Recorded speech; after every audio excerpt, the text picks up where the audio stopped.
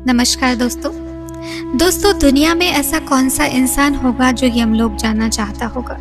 कोई भी नहीं। दुनिया में कौन सा इंसान होगा जो नरक जाना चाहता होगा? कोई भी नहीं। दोस्तों, आज हम ये 5 काम आपको बताने वाले हैं जिससे आप नरक में जाने से, यमलोक में जाने से बच सकते हैं। जी हाँ दोस्तों, आज जो बात हम आपको बताने जा रहे हैं वो गरुड़ पुराण में लिखा हुआ है, कहीं से सुनी सुनाई बातें नहीं है। और अगर इन 5 कामों में से एक भी काम आपने सच्चे मन से कर लिया तो आपके कितने ही पाप कर्म क्यों ना हो, सारे नष्ट हो जाएंगे और आपको यमलोक, नरक लोक नहीं जाना पड़ेगा। दोस्तों, यमलोक जाने से बचने के लिए बहुत सी चीज़ें हैं जो वेद पुराण में लिखे हुए हैं, लेकिन आज जो चीज़ हम आपको बताने वाले हैं वो बहुत ही सरल है। अगर आप चाहें तो आप उसे एक क्षण में कर सकते हैं, लेकिन आपकी श्रद्धा सच्ची होनी चाहिए। दोस्तों, सबसे पहला काम क्या है? दोस्तों, अच्छे कर्म करें। अच्छे कर्म करने से आपकी आत्मा को शुभ फल मिलते हैं और यमलोक से बचने में यही शुभ फल आपकी मदद कर सकते हैं। जी हाँ दोस्तों, अच्छे कर्म में आता है कि किसी को तकलीफ ना पहुंचाएं, जितनी हो सके दूसरों की मदद करें, बुरा देखकर चुप ना रहें, बुराई का विरोध करें, अच्छाई के पक्ष में बोलें। दोस्तों, दूसरा क्या बात है?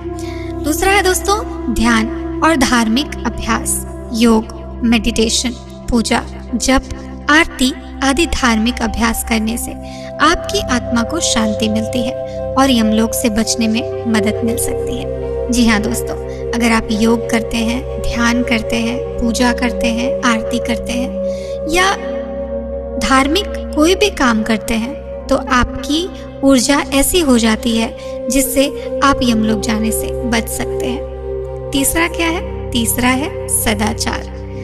अपने जीवन में सदाचारी रहने से आपकी आत्मा को शुभ फल मिलता है। जी हाँ दोस्तों, आपका कैसा व्यवहार है ये बहुत ज़रूरी है। इंसान जो जैसा व्यवहार करता है उसके साथ वैसा ही होता है। अगर कोई इंसान झूठ बोलने में पारंगत हासिल है तो उस इंसान को उसकी वैसी ही सज़ा मिलेगी। अगर कोई इंसान मानसिक पाप करता है तो उसे मानसिक सज़ा ही मिलती है। अगर कोई इंसान किसी के दिल को दुखाता है तो उसकी सज़ा उसके दिल को ही भुगतनी होगी। अगर कोई इंसान किसी को शारीरिक कष्ट पहुंचाता है तो उसकी सज़ा उसे शारीरिक कष्ट भोग कर ही चुकानी पड़ेगी।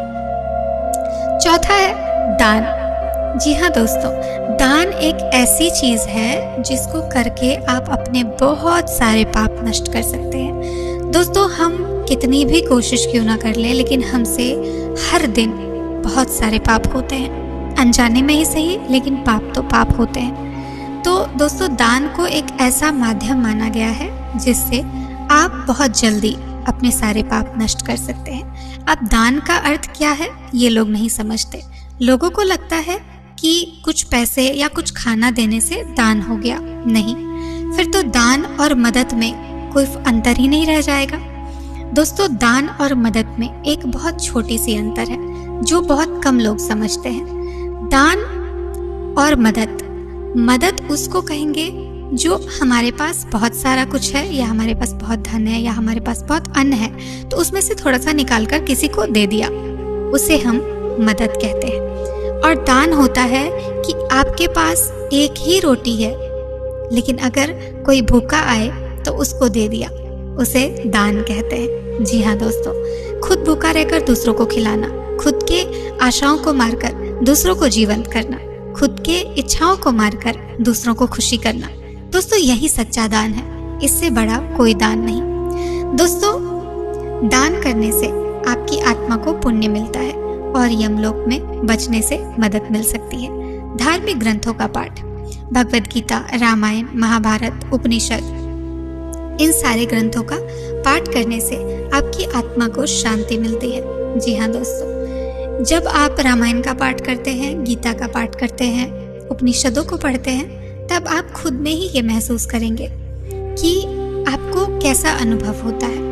जब आप ये सब पढ़कर उठेंगे तो आपको एक ऐसी मानसिक शांति मिलेगी जो आपको किसी और काम में नहीं मिल सकती है। तो सोचिए, जिसको पढ़ने से आप तुरंत में ही एकदम से चेंज हो जाते हैं, वो क्या आपको यमपुरी जाने देगी? बिल्कुल नहीं। दोस्तों, आपको ये वीडियो कैसा लगा हमें कमेंट बॉक्स में ज़रूर बताइएगा। मिलते हैं अगले वीडियो में, तब तक के लिए राधे राधे।